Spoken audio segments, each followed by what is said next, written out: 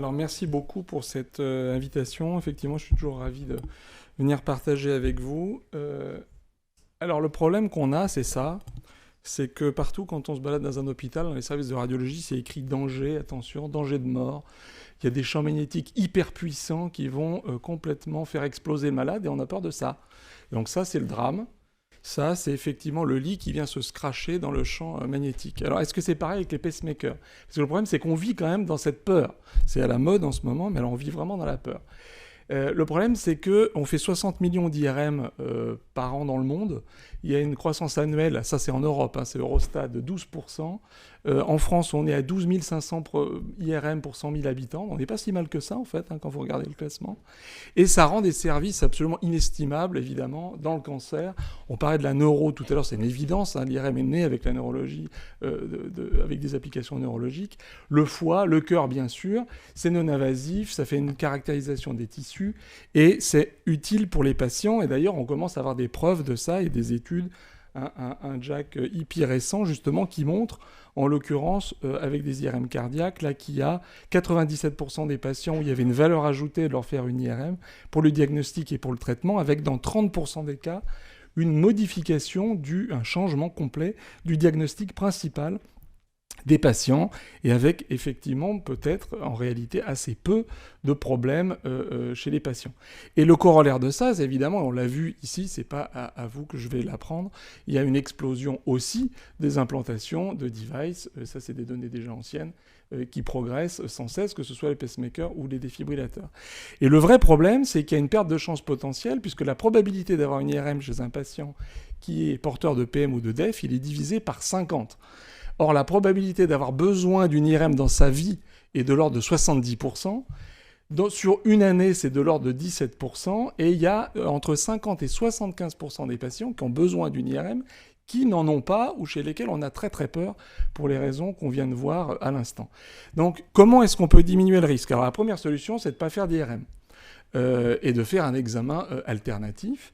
Et donc évidemment des ultrasons ou bien une autre technique d'imagerie, on va en parler également, y compris pour le cœur.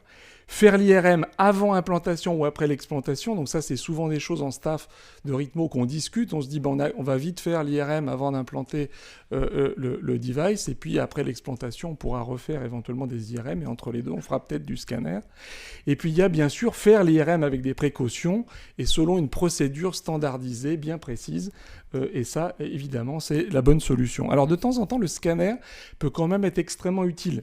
D'abord dans la détection de la maladie coronaire, vous a pas échappé que c'était maintenant une recommandation de classe 1A en première ligne chez des patients qui sont à risque faible ou intermédiaire symptomatique pour détecter la maladie coronaire par l'anatomie du vaisseau bien sûr, mais aussi avec éventuellement des approches fonctionnelles. Ça peut être très intéressant pour l'exploration des masses cardiaques et évidemment très performant pour le thrombus. On sait, et surtout ici, que dans les cardiomyopathies, ça peut également être intéressant, notamment les cardiomyopathies arythmogènes, mais aussi les CMD et les CMH. Et puis la caractérisation tissulaire a fait beaucoup de progrès, on aura peut-être l'occasion d'en reparler, avec le rehaussement tardif et le volume extracellulaire qu'on peut mesurer de façon maintenant très précise avec le scanner. Alors, ce qui a fait peur au début, c'était les interactions potentielles entre le pacemaker et l'IRM et les champs magnétiques. Il y a deux choses principales. Il y a le champ magnétique principal, et puis il y a les gradients de champ magnétique qu'on fait, qui sont perpendiculaires au champ principal, qui vont nous permettre de sélectionner la coupe d'intérêt et de créer le contraste de résonance magnétique. Et ça, c'est un champ pulsé de radiofréquence extrêmement intense et rapide, et avec potentiellement donc deux effets qui sont craints depuis très longtemps. Un effet mécanique de torsion sur les sondes ou sur le boîtier, et puis on avait même peur que le boîtier sorte du patient, et puis un effet magnétique plutôt sur les interrupteurs magnétiques, et avec effectivement cas de stimulation, potentiellement stimulation asynchrone et stimulation, le risque de stimulation en période vulnérable potentielle, dont le risque est tout à fait exceptionnel, il est difficile à chiffrer, mais enfin c'est de l'ordre de 1 ou 2 pour plusieurs dizaines de milliers, et malheureusement ça peut arriver, on a eu malheureusement le cas ici il y a quelques temps. Et en pratique, il y a réellement deux choses principales, il y a deux interactions qui sont constantes, Et donc la stimulation asynchrone, c'est un risque exceptionnel, mais les inhibitions avec des risques de pause si le patient est dépendant, ça effectivement, on verra que ça a été rapporté, c'est très rare. Et puis il y a une interaction qui est plus rare, franchement, c'est l'induction dans les sondes qu'on n'a pas constatée, avec des conséquences en tout cas cliniquement ennuyeuses chez les patients, et probablement avec des RF très importantes avec des devices plus anciens. Donc les guidelines anciennes étaient très restrictives. En gros, c'était éviter de faire une IRM, et a fortiori, si c'est un défibrillateur, éviter de le faire, surtout si les patients sont dépendants. Enfin, le message était quand même très très négatif. Quand on regarde les chiffres réels, les décès sont quand même très rares. Alors, ils sont sans doute évidemment sous-rapportés, mais il y a quelques décès directement liés à la procédure qui ont été rapportés dans le monde d'une façon générale, avec essentiellement des cas de déclenchement de fibrillation ventriculaire par des stimulations rapides au tout début de l'expérience, et quelques élévations des seuils sans échappement chez des patients qui n'avaient pas de surveillance, qui n'étaient pas monitorés et où on n'a pas pris de précautions. Et donc il y a des recommandations qui ont été faites à la fois en cardiologie et dans les sociétés d'imagerie cardiovasculaire, auxquelles a largement participé Estelle avec Jean-Nicolas Daché, qui ont visé à un petit peu encadrer l'utilisation de cette technique dans ces cas, et avec, dans les recommandations plus tardives, effectivement la possibilité, la reconnaissance des pacemakers conditionnels, on dit compatibles, mais on devrait plutôt dire conditionnels, et avec des recommandations potentielles en prenant un certain nombre de précautions. Et donc on a la liste, selon les différents devices, des différentes éléments de prescription de l'examen d'IRM auxquels il faut faire attention. Tout ça est décrit dans la littérature, je ne vais pas rentrer dans le détail. Les deux choses principales auxquelles on va faire attention, c'est le fameux taux d'absorption spécifique, c'est la quantité d'énergie qu'on va délivrer dans le patient et qui peut échauffer les tissus, et puis les gradients qu'on va limiter également, les gradients et leurs dérivés temporels. Et ça, c'est des chiffres qu'on rentre directement aujourd'hui dans les machines. Là, il y a un exemple, c'est Skynwise de Philips, tous les constructeurs ont ça. On rentre les limites et les séquences vont automatiquement s'adapter pour chaque patient. Donc c'est de la haute couture. Pour chaque patient, on va pouvoir adapter les choses.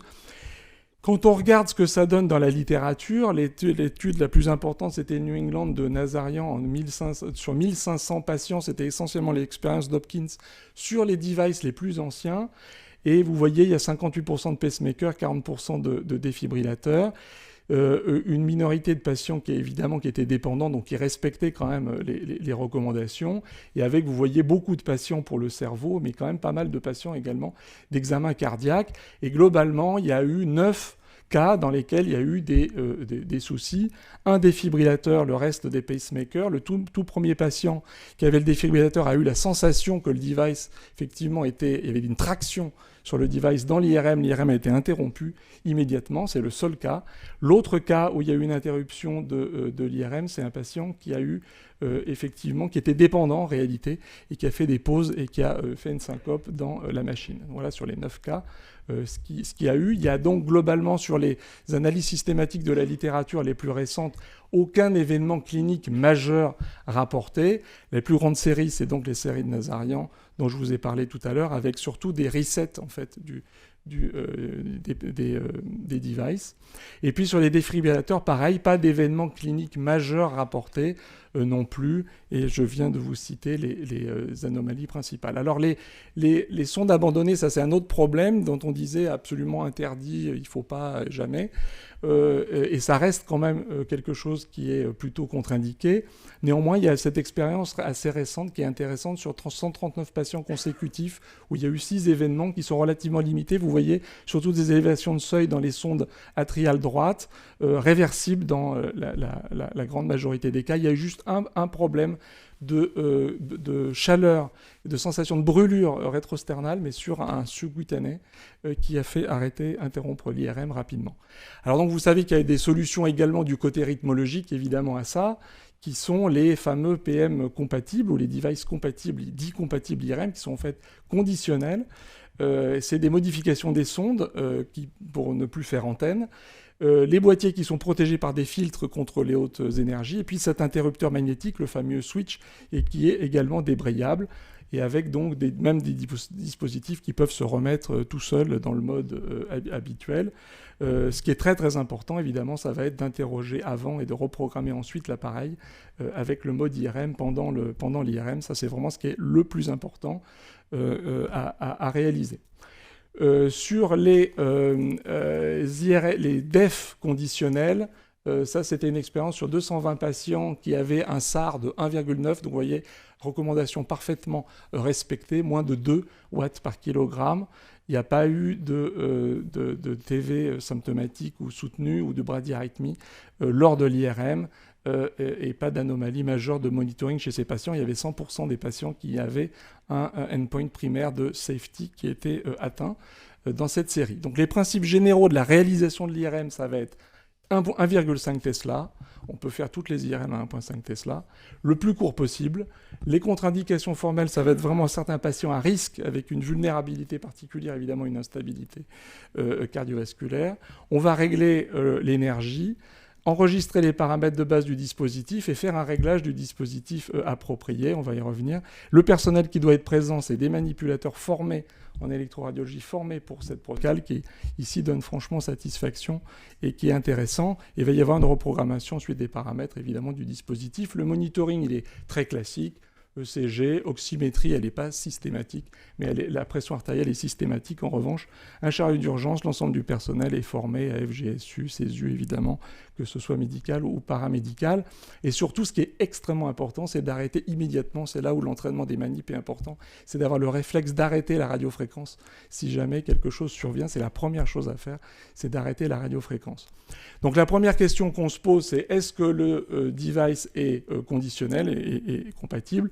Si oui, on va faire une IRM avec des procédures de précaution. Deuxièmement, est-ce qu'il y a des anomalies au niveau des sondes? Si oui, on va essayer de surseoir à l'IRM ou alors prendre vraiment des précautions très particulières. Sinon, la troisième question, c'est est-ce que le patient est dépendant de la stimulation? Si c'est le cas, à ce moment-là, il sera bien sûr programmé soit en mode asynchrone et il y aura un arrêt des thérapies pour les DEF. Si non, s'il n'est pas dépendant, à ce moment-là, il y aura un mode inhibé ou également pour les DEF, une suppression des thérapies. Il y a quelque chose qui est bloqué, visiblement. Je ne sais pas où ça s'est bloqué.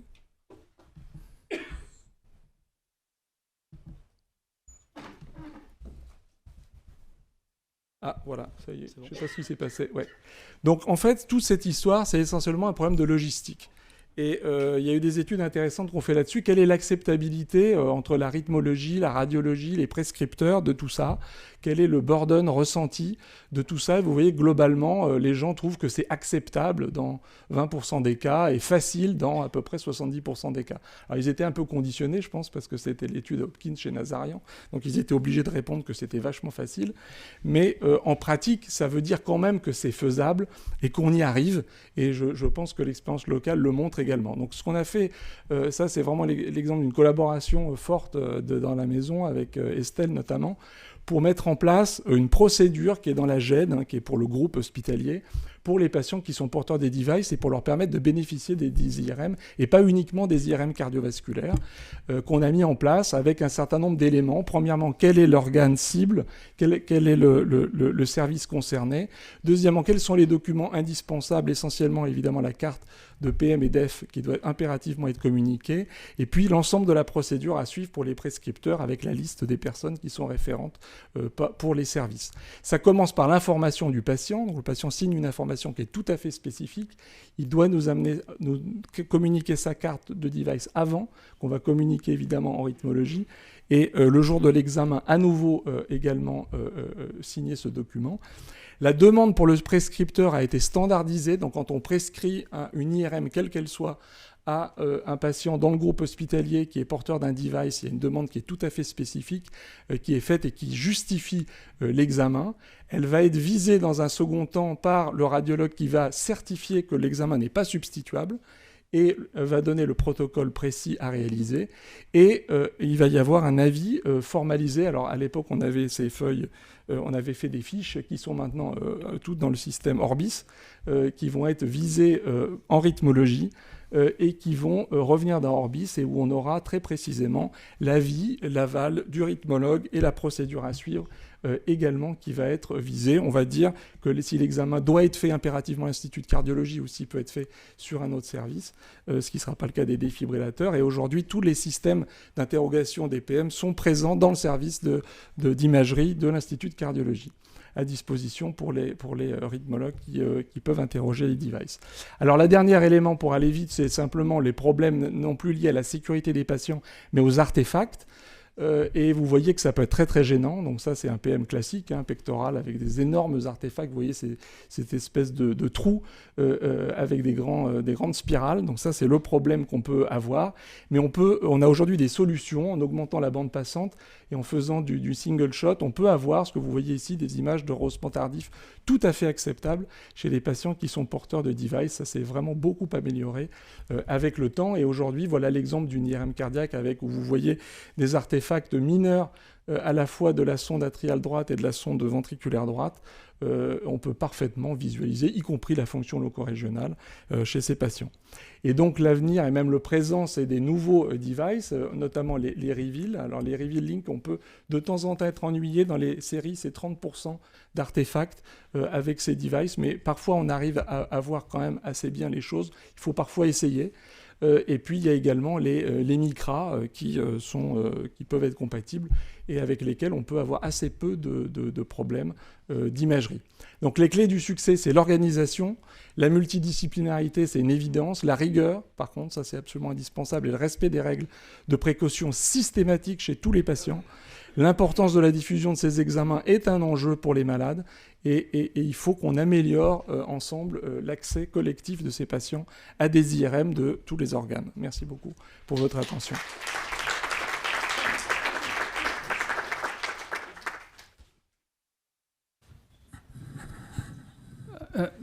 Micra et Reveal ne sont pas des contre-indications à l'IRM, on est d'accord là-dessus. Et tu n'as pas besoin de rythmologue pour les Reveal? Non, non, absolument pas. Et pour les Micra, hein? Non. Ouais, d'accord.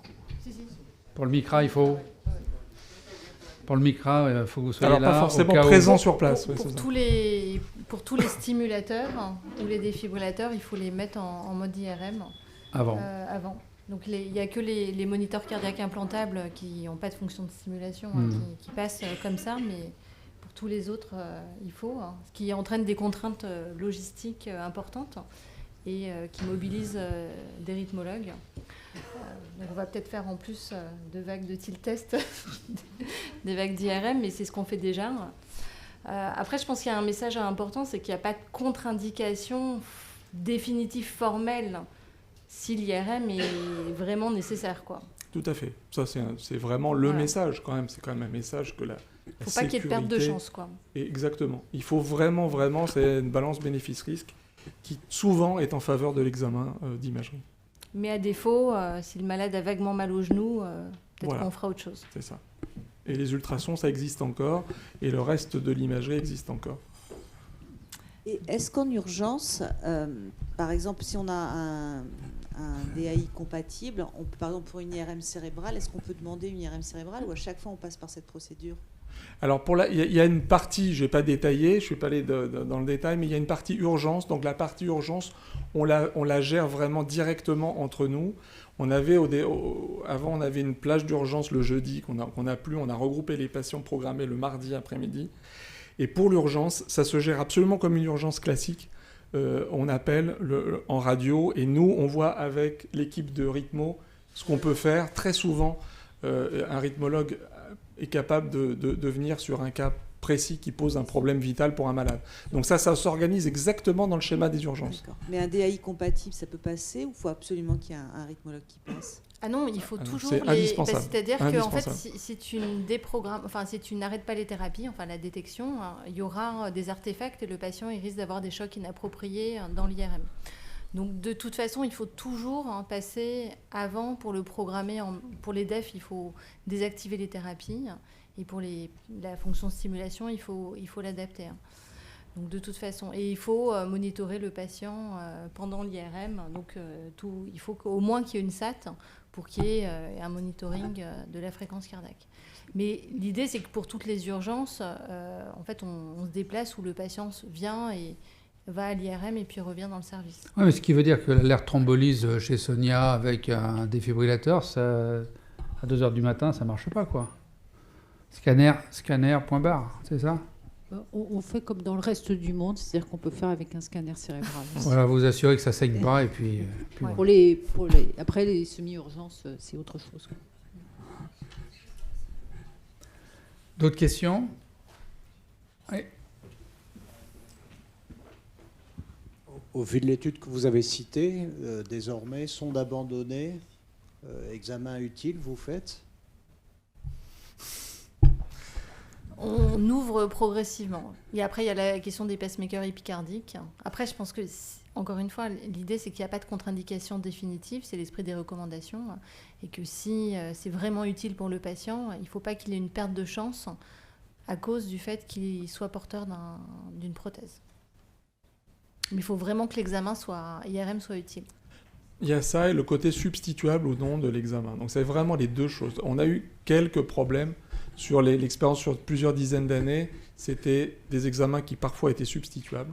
Donc ça, c'est pas bien. Et la deuxième chose, c'est de ne pas avoir fait un examen effectivement sur ce prétexte-là qui aurait pu changer la prise en charge du malade. Après, juste pour rajouter un petit mot, les pacemakers externes qu'on met de plus en plus à la place des sondes d'entraînement, clairement, ils passent à l'IRM sans problème. Enfin, en tout cas, on le fait et il n'y a pas de problème. On n'a pas eu de souci. Non, on n'a pas eu de problème.